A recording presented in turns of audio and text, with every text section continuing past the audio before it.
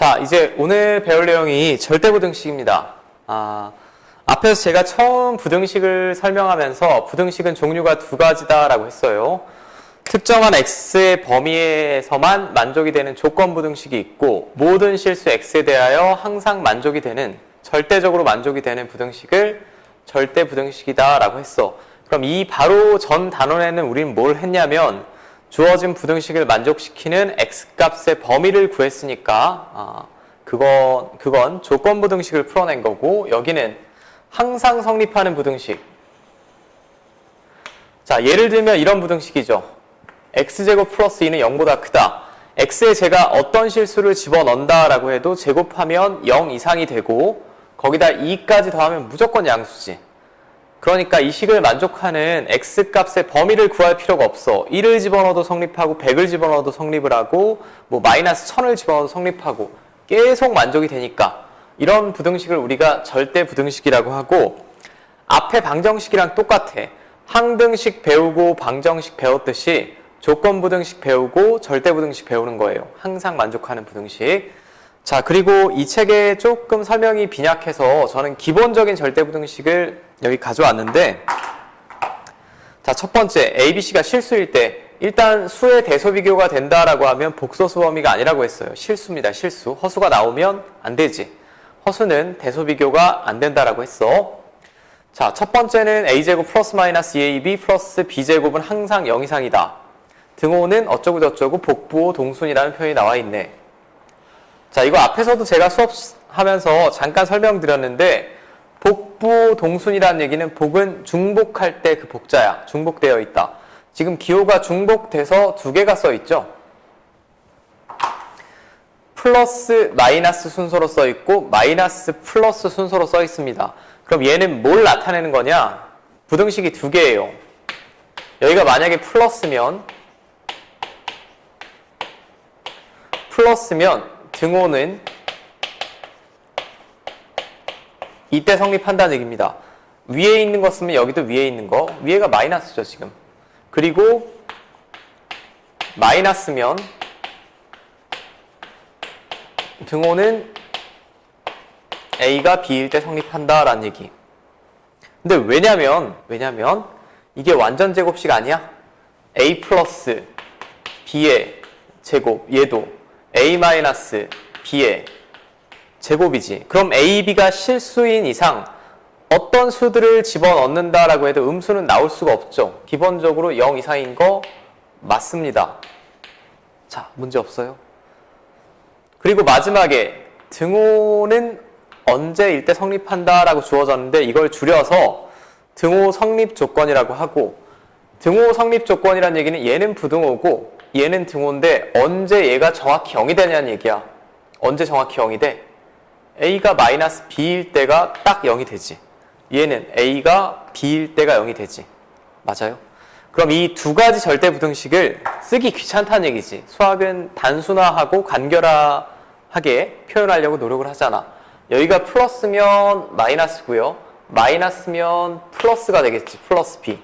그러니까 플러스면 마이너스, 마이너스면 플러스. 이 중복되어 있는 부호가 순서가 동일하다라는 표현이 복부호 동순입니다.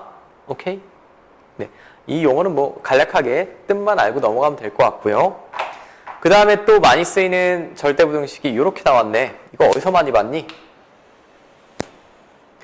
얘는 항상 0 이상이래. 왜냐면 앞에서 곱셈 공식의 변형에서 쟤는 이렇게 변형이 됐죠.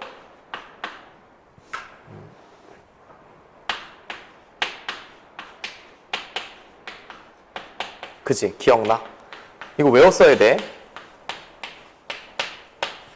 자, 그럼 어떤 수의 제곱의 합이니까 무조건 0 이상이지. 그럼 등호 성립할 때는 언제냐? 얘가 딱 0이 될 때를 말하는 거야. 그럼 얘도 0, 0, 0이 나와야 되니까 A, B, C가 모두 같을 때 등호가 성립을 하겠지. 자, 여기까지 문제 없어? 제가 잠깐만 이쪽에 조금 더 중요한 내용을 설명을 드릴게. 이건 좀 메모를 당부합니다.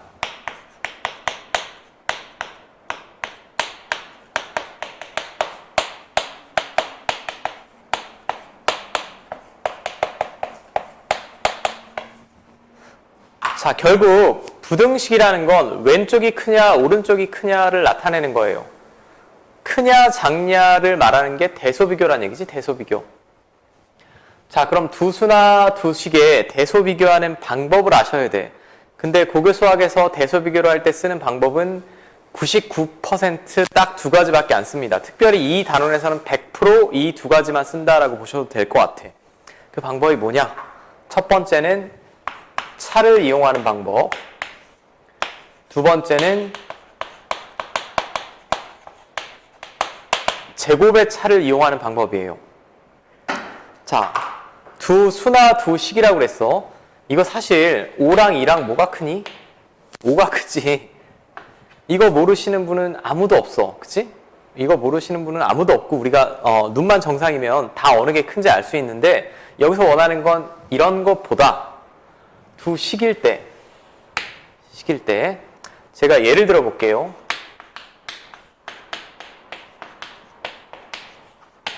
이거고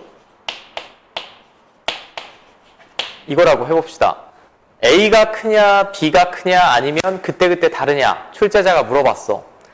자, 그럼 당신들은 어느 게 더 크냐라고 하면 차를 이용한 대소비교 방법은 아주 원리가 심플해. A에서 B를 뺐는데 만약에 양수잖아. 그럼 A가 큰 거야 B가 큰 거야? A가 큰 게 되겠죠. 근데 A에서 B를 뺐는데 음수다. 그럼 A보다 B가 큰 게 되겠지. 맞아. 원리는 쉽잖아. 빼고 두 식을 빼고 양수냐 음수냐를 판단을 해보자 라는 얘기죠. 이거 얘가 0보다 크면 B만 넘기면 당연히 A가 B보다 큰 거 아닌가? 자, 그럼 얘가 A고 얘가 B예요. 제가 A에서 B를 빼볼게.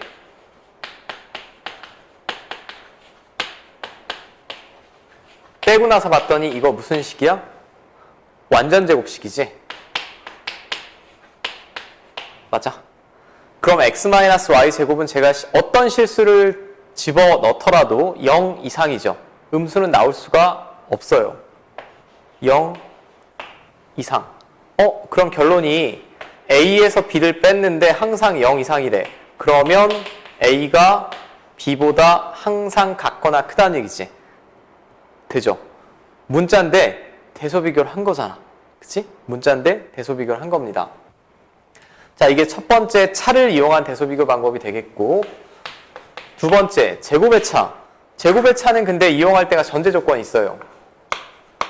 두 식이 모두 양수일 때만 쓸 수 있습니다. 양수일 때만. 예를 들면 이런 거죠. A가 루트 17이래. B는 4래. 물론 루트 17이 더 큰 거 알지. 알지만 둘 다 양수야 음수야? 양수지. 그럼 A제곱에서 B제곱을 빼겠다는 얘기야. 자, 이거 제곱하면 17, 16이니까 1. 즉 양수 나오죠. 그럼 A제곱에서 B제곱을 뺐더니 양수면 A제곱이 B제곱보다 크다는 얘기고 결국은 A가 B보다 크다라고 증명할 수 있다는 얘기죠.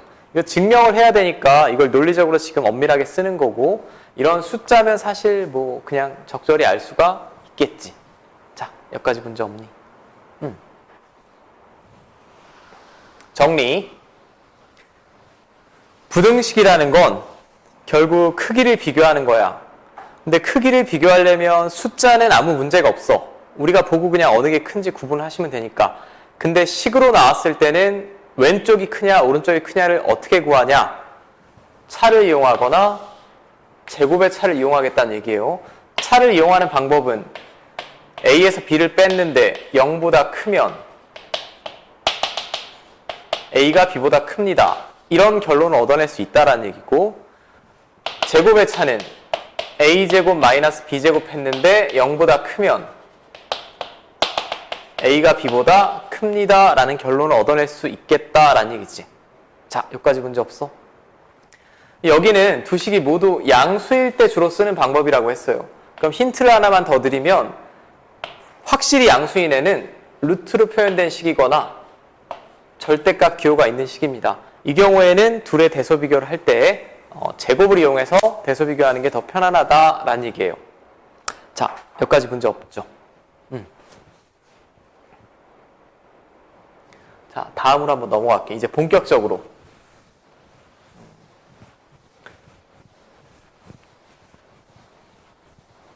여러분들 책에는 평균이 3개가 나오지 않았을 거야. 2개가 나왔을 거야, 아마. 저는 조금 자세하게 설명을 하기 위해서 3개로 나누는데, 산술평균, 기하평균, 조합평균의 관계. 근데 제가 볼 때 교육과정이 바뀌기도 했고, 이 부분까지는 모르셔도 될 것 같습니다. 제가 혹시 노파심에 작성을 했는데 설명을 안 드리는 게 맞는 것 같아. 더 헷갈릴 것 같아. 그냥 잠깐 언급만 하면 원래 수학에서 가장 많이 쓰이는 평균은 3가지예요. 산술평균, 기하평균, 조합평균입니다. 여기서 조화라는 말은 조화를 영어로 하면 이제 하모니가 될 텐데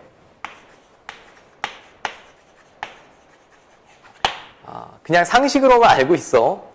화음 같은 거 할 때 음계에서 보이는 평균이 조합평균이다. 하지만 수학 시간에 쓸모는 없다라는 정도만 아시면 되겠고 저는 그냥 뭐라고 해야 되지? 명목상 원래 3개니까 3개를 다 적긴 했는데 여러분들 교육과정에서는 이거 2개만 아시면 됩니다.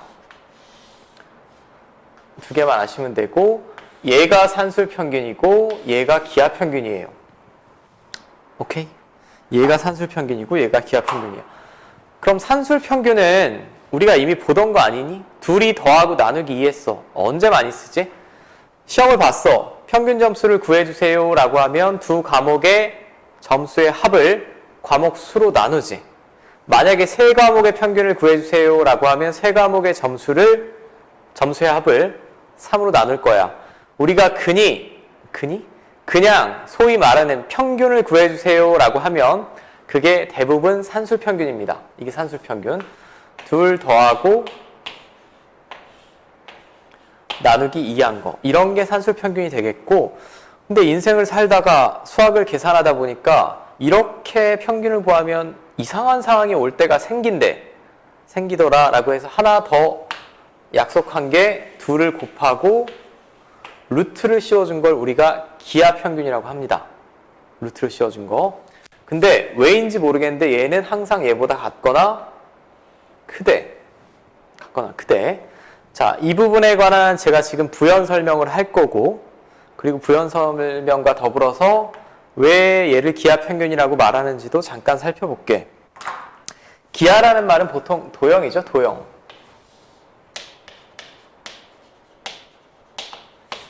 이게 여러분들이 알기에 수학이 국내에서 더 발전된 학문이니 서구에서 더 발전된 학문이니 유럽 같은 쪽에서 훨씬 더 발전된 학문이지 기본적으로 베이스는 서구입니다. 의학이나 수학 같은 경우 그러니까 그쪽에 있는 용어를 한글로 바꾸다 보니까 조금 우리가 보기에는 난감해진 용어들이 좀 있어요. 이런 것들도 다 그런 것들의 일종인데 조화라는 말의 조합평균은 뭐 조화롭게 산다 이게 아니라 화음, 음계에서 보이는 평균의 어떤 거고 기하평균이라는 얘기는 도형에서 보이는 어떤 평균이에요.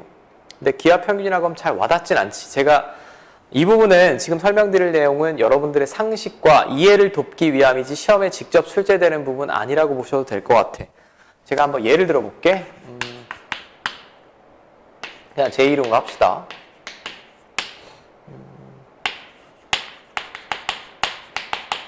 종직이라는 친구가 공부가 하기가 싫어서 분식집을 차렸어. 분식집. 자, 분식집을 차렸더니 첫 달에 매출액이 얼마 나왔다고 할까요? 10,000원 나왔대, 하루에.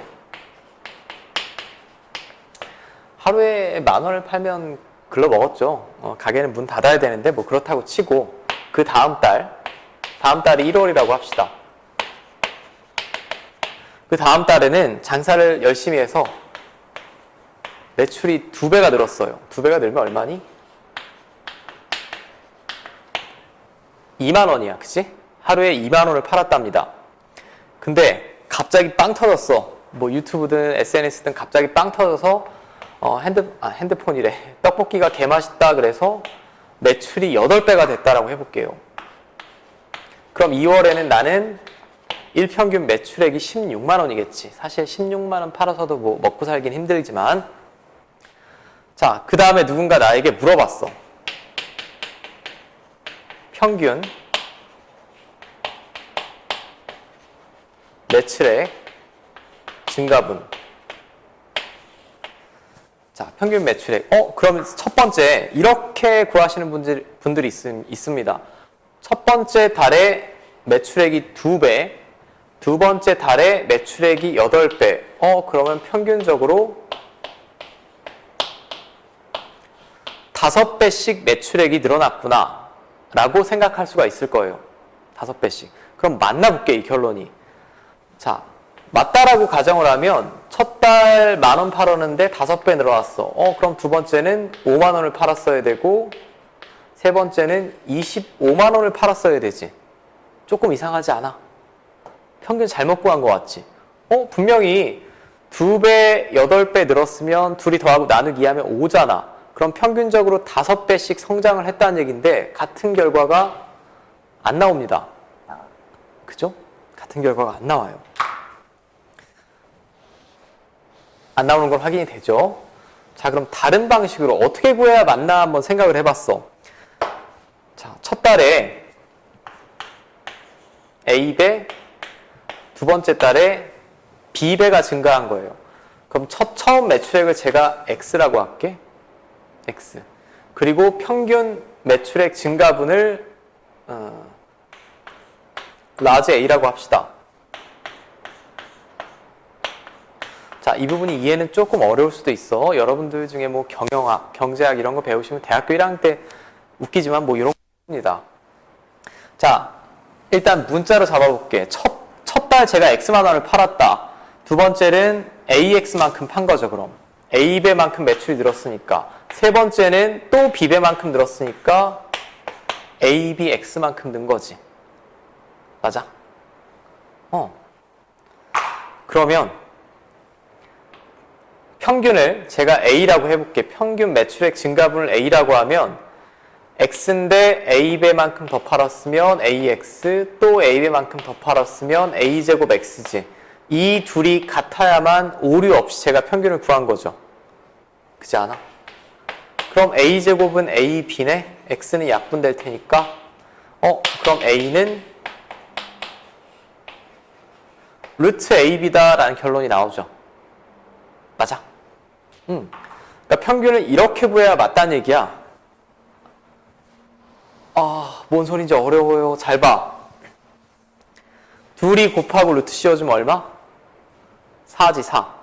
평균 매출액 증가분은 4배란 얘기야. 4배가 맞는지 확인해 볼게. 처음에 10,000원 팔았어. 4배 팔면 4만원. 또 4배 팔면 16만원. 이게 맞는 결론이 나오지. 이게 맞는 결론이 나옵니다. 그냥 지금 말씀드리는 건 상식적인 수준이에요. 이 수학 교과에는 너무 좀 딱딱하게 나와 있어서 그래도 여러분들이 나는 상식을 가진 사람이 돼야 다른 과목도 공부를 잘한다고 생각을 해. 자, 기하평균을 쓸 때는 뒤에 뭐뭐 율자 들어갈 때 인구 증가율, 소득 증가율, 뭐 나중에 여러분들 경제를 배우신다면 뒤에 율자가 들어가는 쪽에서는 산술평균을 작성하시면 안 되고 기하평균을 작성하셔야 됩니다. 오케이? 자, 산술평균으로 작성하면 지금 5배 나왔어요. 기하평균으로 작성하면 몇 배 나왔어? 4배 나왔어. 다르지? 다르잖아. 여러분들은 전혀 아직 관심이 없겠지만 뉴스 같은 데 보면 굉장히 많이 나와. 제가 뭐 문과를 비하하는 발언은 아니지만 거기 이제 기자분들은 기본적으로 수학을 잘 못하시겠지. 그러니까 굉장히 어이없는 결론을 많이 내놓습니다. 어이없는 결론이 뭐냐? 뉴스에서 이래. 올해 경제 성장률이 2%다. 내년은 4%래. 그러면 평균적인 경제 성장률은 3%다라고 산술 평균으로 구하는 경우가 있어요. 그런 거 다 틀린 거야. 그런 거 다 틀린 거고 제가 잠깐 딴소리를 하면 저는 수학 선생이라서가 아니라 여러분들이 삶을 살면서 수학 과목이 제일 중요합니다. 생각의 질서를 잡아주는 학문이거든.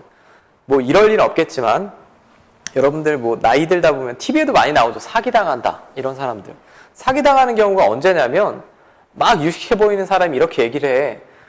떡볶이집이 이렇게 됐다. 평균 매출액 증가율이 5배다. 그럼 얘는 3월에 매출을 얼마 예상할 수 있을까요? 5일은 5, 6에 30. 80만 원 팔 집이다. 여기 투자하셔야 됩니다. 라고 사기꾼들이 이제 막 사기를 치지. 근데 정상적으로 수학을 배운 학생이면 다음 해 매출은 얼마라고 예상을 해야 돼? 4배야. 맞죠? 64만 원을 예상을 하셔야 되고, 만약에 여러분들이 고교 수준이 아니라 대학 수준의 경영학이나 수학까지 배웠다. 64만 원에 다시 물음표를 가지셔야지. 그만큼 손님이 들어올 수 있는 순환율을 갖출 수 있는지, 부대 비용은 얼마나 드는지, 정말 이익이 이렇게 되는지. 거기까지 공부를 하신 분들이면, 생각의 질서가 잡혀있는 분이면 인생 살면서 사기를 덜 당하는 거고, 너무 낙관적인 분들은 5배, 80, 또 5배, 400만 원, 개부자 되겠네. 이거 아니야. 이렇게 인생 사시면 안 되고 수학하면서 별 얘기를 다 하네. 아무튼 산술평균이랑 기하평균은 쓰임새가 다르다라는 거. 원래는 조합평균의 쓰임새도 있지만 그건 물리 시간에 나중에 여러분들이 배우실 것 같기도 해. 현재 교육과정에서는 없습니다. 저는 그냥 이런 게 원래 있는데 없다라는 걸 보여드리기 위해서 안 배운다라는 걸 보여드리기 위해서 지금 써놨고요. 자, 저는 줄여서 산술기하평균. 자, 그럼 왜 산술평균이 큰지는 제가 한번 살펴봐야 될 것 같아. 이게 산술평균이래. 이게 산술기하평균이래. 그리고 A, B는 대소비교를 하는 근호 안에 있으니까 반드시 양수해야 됩니다. 제가 중요한 걸 주황색으로 써드릴게. A, B는 반드시 양수해야 돼요. 수학에서 산술평균, 기하평균 관계를 쓸 때는 반드시 양수라는 조건이 있어야 돼. 자, 제가 여러분들 좀 전에 말씀을 드렸죠. 좀 전에 뭘 말씀을 드렸니? 두 식의 대소비교를 하려면 뭐 하라고? 빼거나 제곱의 차를 이용해달라고 했지. 그냥 차나 제곱의 차를 이용해달라고 했습니다. 그쵸? 근데 얘는 근호가 있네? 제곱의 차를 이용하는 게 좋을 것 같아. 자, 이거 제곱하시면 이거 제곱하면 A, B죠. 분모 통분해볼까?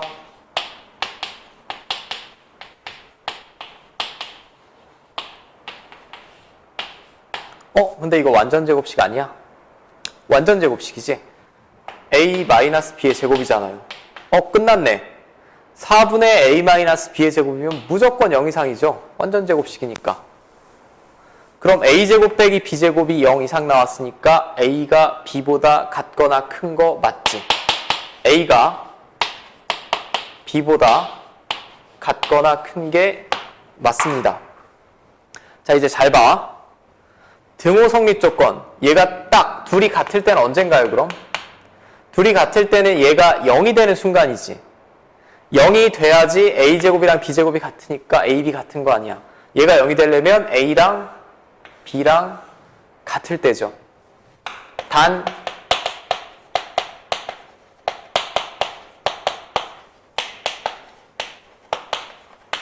등호는 A, B랑 같을 때 성립한다라는 걸 기억을 하셔야 되고, 맞죠? 이게 부등식을 작성해냈다는 얘기는 이 범위의 한계를 생각해낼 수 있다는 얘기야. 얘는 어떤 경우에도 이거보다는 같거나 크다는 얘기죠. 그러니까 어떤 최소, 최대를 구하는데 굉장히 유용한 툴이 되겠고, 사실 이 식보다는 이 식을 변형한 식을 더 많이 씁니다. 양변에 2를 곱할게요.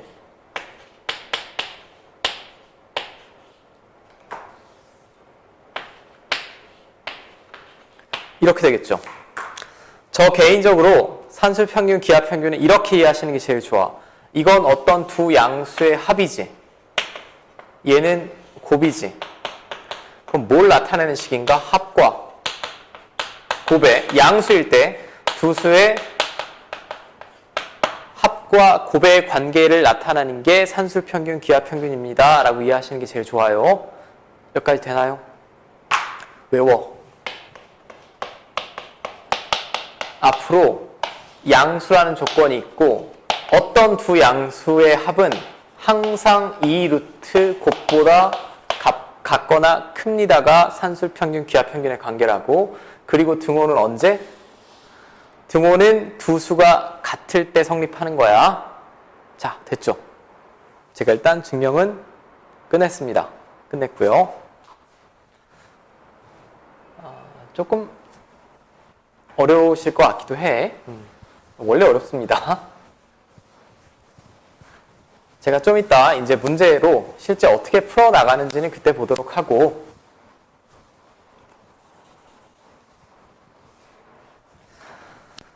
자, 그 다음 개념이 이제 여러분들 책에 계속 72페이지 내용을 하고 있는데, 코시 슈바르츠의 부등식이다 라고 나와 있습니다. 코시 슈바르츠 부등식.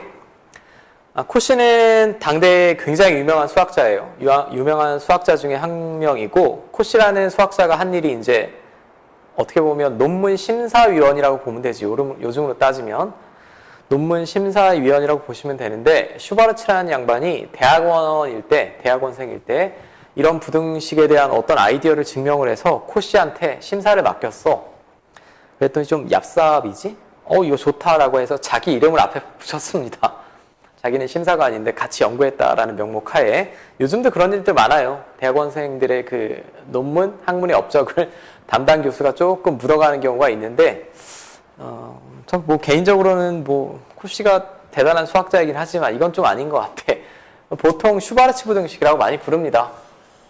슈바르츠 부등식이라고 많이 부르고, 산술 평균, 기하 평균 관계를 나타내는 부등식이랑은 절대적으로 차이점이 있어. 절대적으로? 결정적으로. 앞에 산술 평균, 기하 평균을 이용하려면 두 수가 모두 무슨 수? 양수일 때였지. 두 수가 모두 양수일 때인데, 얘는 두 수가 실수일 때입니다.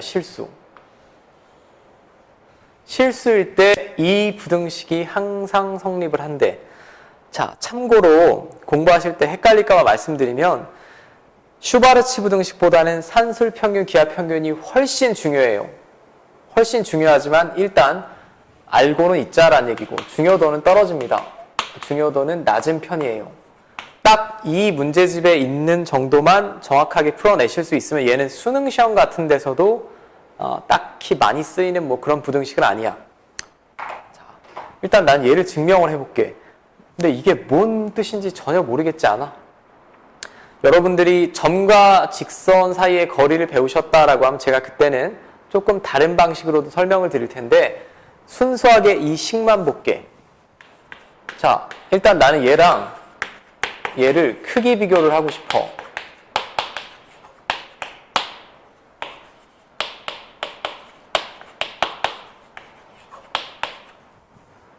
자, 얘랑 크기 비교를 하려면 또 어떻게 하면 되니? 빼야지. 얘는 루트도 없고 절대값도 없잖아. 그냥 빼볼게. 자, 그냥 빼보면 얘가 라지 A죠. 전개하면 뭐 식은 좀 복잡해 보입니다. 이거고요. 빼기 이거 완전 제곱해서 빼주면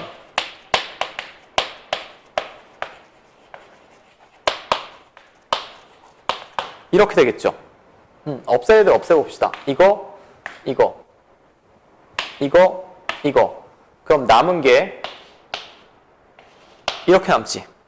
맞아?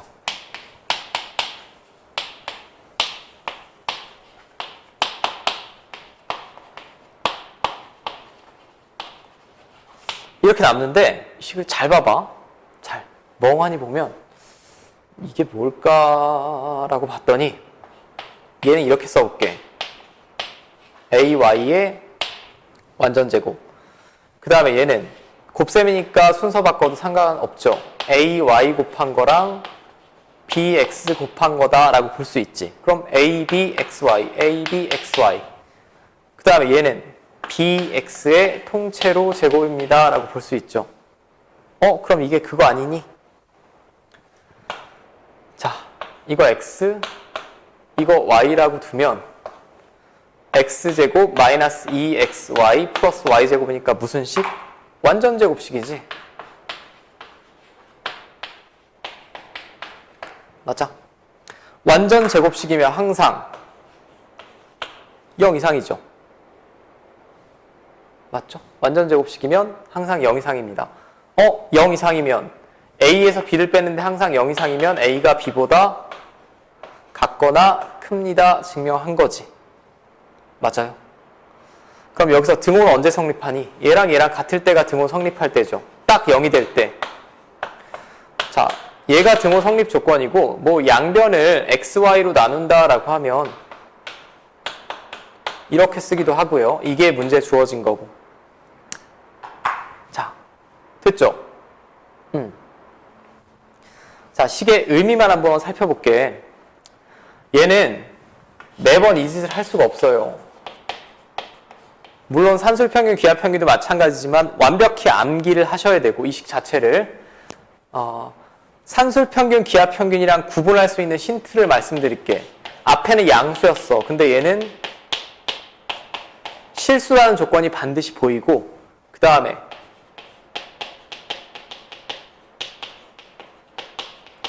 2차식, 1차식이 모두 보이고 최대나 최소값을 구해주세요 라고 하면 그때는 슈바르츠 부등식을 작성하시면 됩니다.